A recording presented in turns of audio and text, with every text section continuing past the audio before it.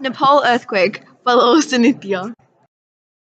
The Nepal earthquake was a devastating natural disaster which killed and injured many people. The earthquake had a magnitude of 7.8 and wiped out several cities. The Nepal earthquake, also known as Gorkha earthquake, killed over 8,000 innocent people and more than 21,000 people were injured on April the 25th, 2015. The earthquake hit 80 kilometers northwest of Kathmandu. Many people lost their houses during the earthquake. They didn't have anywhere to live for a long period of time.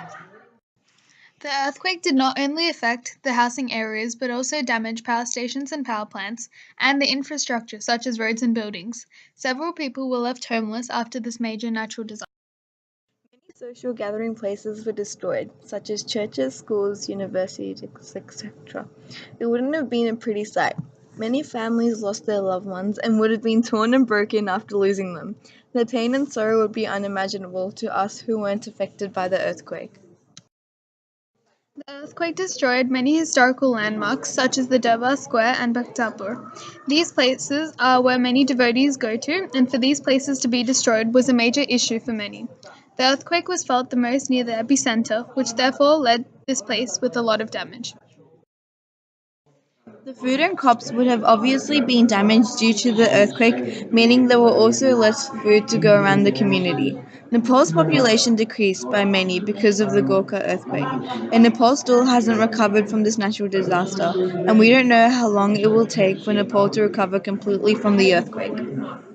There were several aftershocks felt. Some were so large, reaching to a magnitude of 6.4, which were felt too. 17 days after this major earthquake, Nepal was hit with a second earthquake with a magnitude of 7.3. This caused a lot more damage and suffering as they still had not recovered from the previous one. The land around Kathmandu moved 40 inches after the earthquake, and the mountainous and remote regions were affected the most in comparison to the city side of Nepal. There were serious landslide concerns after the earthquake hit Nepal. A real-life example of the social effects of the Nepal earthquake is about Bachulaxmi Shrestha. Her house she shared with her family was knocked out, as well as her fruit and veg shop in the earthquake, and her treasures she picked up over her 60 years were all destroyed. The history of Nepal is influenced by the Himalayas and its two neighbor countries, which are India and China. This led to Nepal being a multicultural, multi-religious, and multilingual country, as people from all different backgrounds live in this country. Even before the earthquake in 2015, Nepal was already one of the poorest regions in the world. Now, because of this earthquake, Nepal is finding it harder to cope as it is the worst earthquake to hit the Himalayan nation in around 80 years.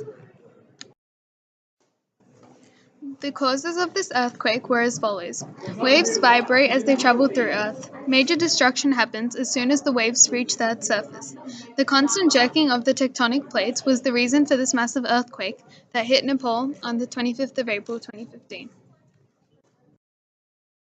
This earthquake has affected 8 million people, which is just below a third of the population of Nepal.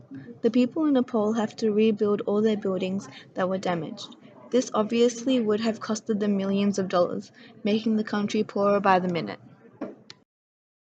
Many people became jobless as their workplace or company had been destroyed. To start off again and rebuild everything would take a significant amount of time, so to manage the household was difficult for many. This led to people not getting paid as much as they did before the earthquake. Even worse, some people had no money at all. This earthquake ruined the lives of many people. It was one of the major natural disasters of 2015.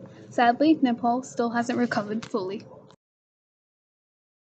Watching our documentary On the Nepal earthquake.